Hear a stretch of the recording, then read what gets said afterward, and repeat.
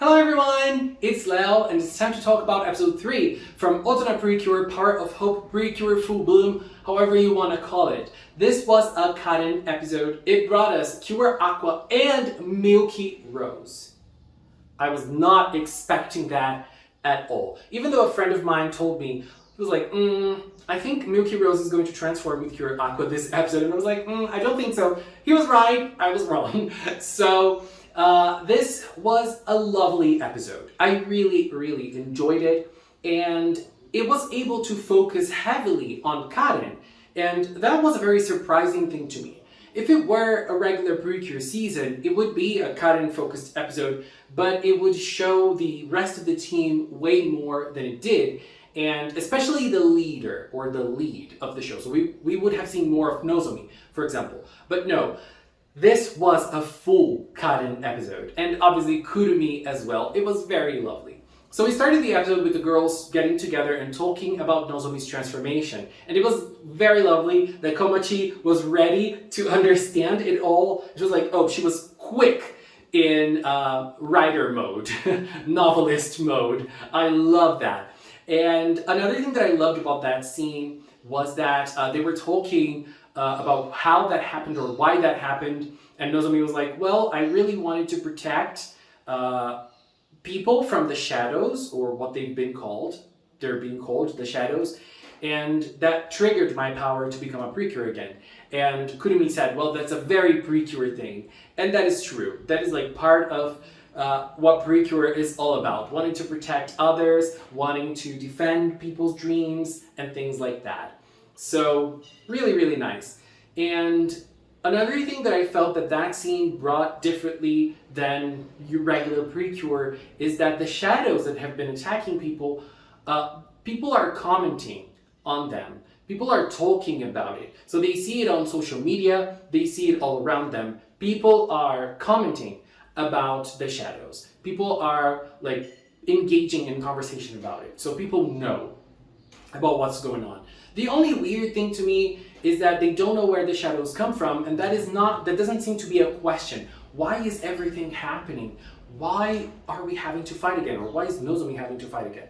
Like, there doesn't seem to be, at least so far, a question about that. So that feels like a little weird. They could have talked a little bit more about it, but this episode was so packed. And I mean, I get it. They had to make like a quicker scene, so what they brought us was already interesting enough. So then we go to a big Karen chunk, and it was very good, in my opinion. I really liked everything that Karen was going through. So Karen is working at a hospital as a doctor, and she is entrusted to a patient that has to undergo physical therapy.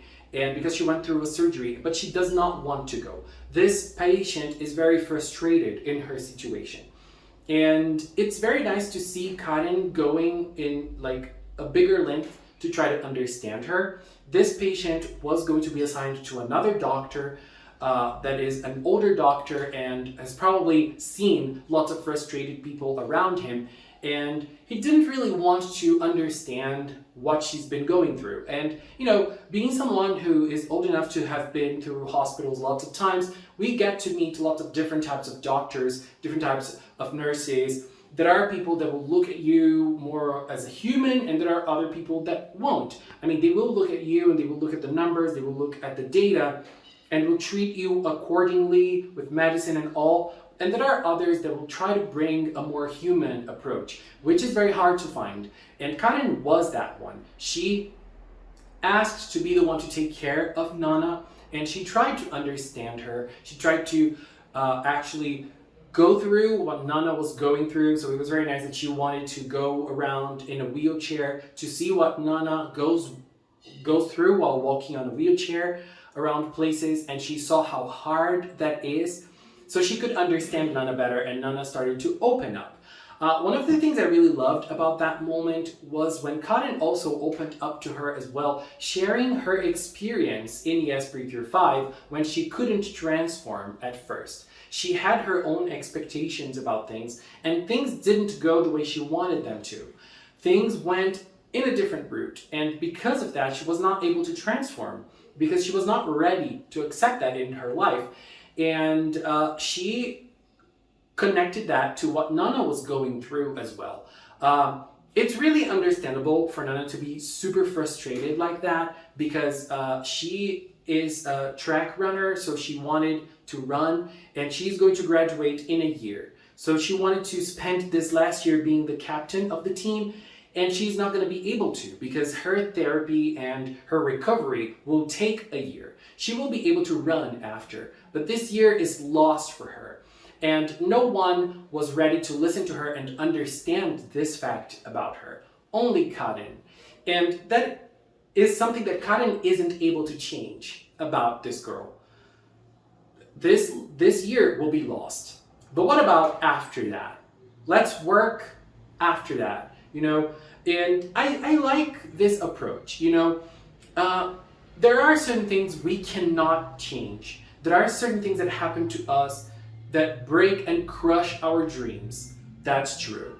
But as the lyrics say in the opening, our tears will create new dreams.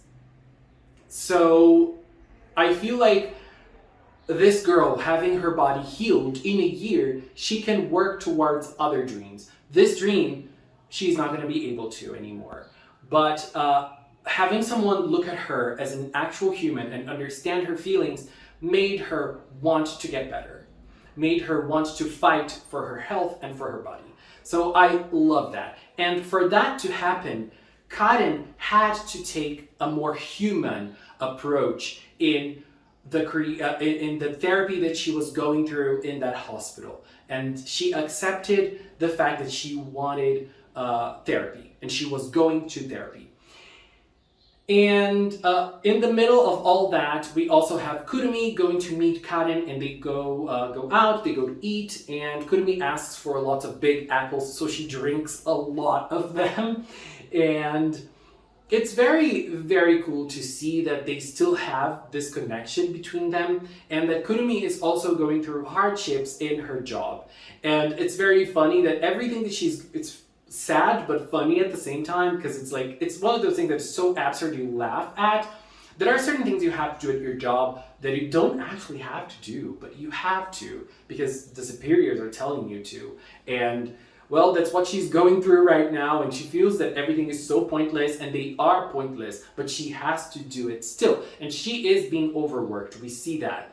She is still going through all of that.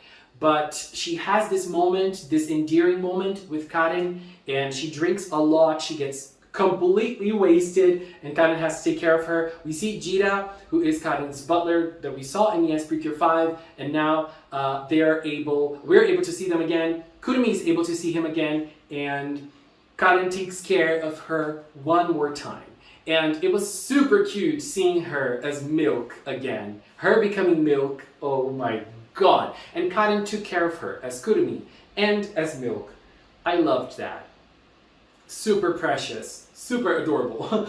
And at the end of the day, we see that there is a reason why Kurumi or Milk loves apples so much. It's again something that happened way back then when Karin took care of sick Kurumi and gave her lots of apples so that she could get better. I think that scene in PreCure 5 in the past was very representative because it brought us two things. One of them is a more humanized Milk in PreCure 5, and the second one is that moment defined the dream that Karin wanted. That was when she realized that she wanted to be a doctor and she wanted to take care of people. So that was very important for both of them. There was a bonding moment for both, but not only that, it made them grow as people as well. So incredible scene that had this callback here. That is why both of them were so connected in this episode. And Karin looks so pretty. I love her design now. She had the only design I did not like, but I feel like it's more because of her clothes, which is understandable. She has to wear like those super comfortable clothes because if she has to run back to the hospital, she has to like be super ready super fast. So it makes sense for her to be dressed like that, I feel like. And so she is at the hospital and the shadows start appearing. That is one of the parts of this episode that I didn't really enjoy. I feel like minimal bad feelings can already generate shadows, and this is a little different than what we've been seeing so far. Even though sick people I can understand, but that doctor that just didn't want to have this moment with this patient, he created a shadow, like just like that. I feel like we needed a little bit more context. I don't know, but still, I feel like what really matters is that the shadows were there to trigger Karen's transformation. And the shadows sometimes look good, sometimes look awful. I still feel like the 3D movements are super out of place, but when they're not 3D, I feel like they look super cool.